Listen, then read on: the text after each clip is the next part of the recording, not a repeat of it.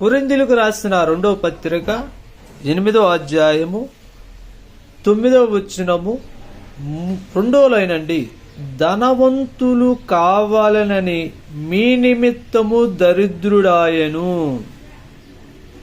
దేవుని పరిశుద్ధ నామానికి మహిమ కలుగుగాక. మీ అందరికీ మన రక్షకుడు ప్రభువైన యేసుక్రీస్తు వారి నామంలో శుభాభివందనాలు తెలియజేస్తున్నాను.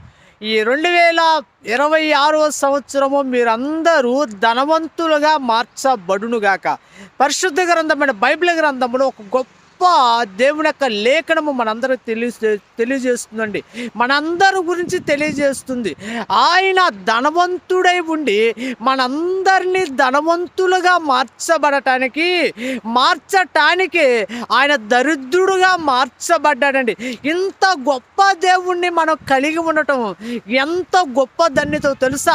మనం అందరము దరిద్రులు కాకుండా, పేదరికంలో ఉండకుండా, పేదరికాన్ని అనుభవించకుండగా మనందరినీ ధనవంతులుగా మార్చటానికే ఆయన దరిద్రుడుగా మార్చబడ్డాడు. యేసుక్రీస్తు ప్రభువారండి.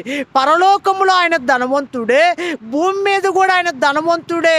పరలోకం యొక్క ధనాన్ని మనం పొందుకోవటానికి, ఈ భూమి మీద ఉన్న ధనాన్ని మనం పొందుకోవటానికి, మనందరినీ ధనవంతులుగా మార్చటానికి ఆయన దరిద్రుడుగా అనుభవించాడండి. దరిద్రాన్ని అనుభవించాడు ఈ భూమి మీద. ఇంత గొప్ప దేవుని మనం కలిగి ఉండటం ఎంత గొప్ప ధన్యత అండి. నీవు ధనవంతుడుగా మార్చబడాలి. 2026వ సంవత్సరము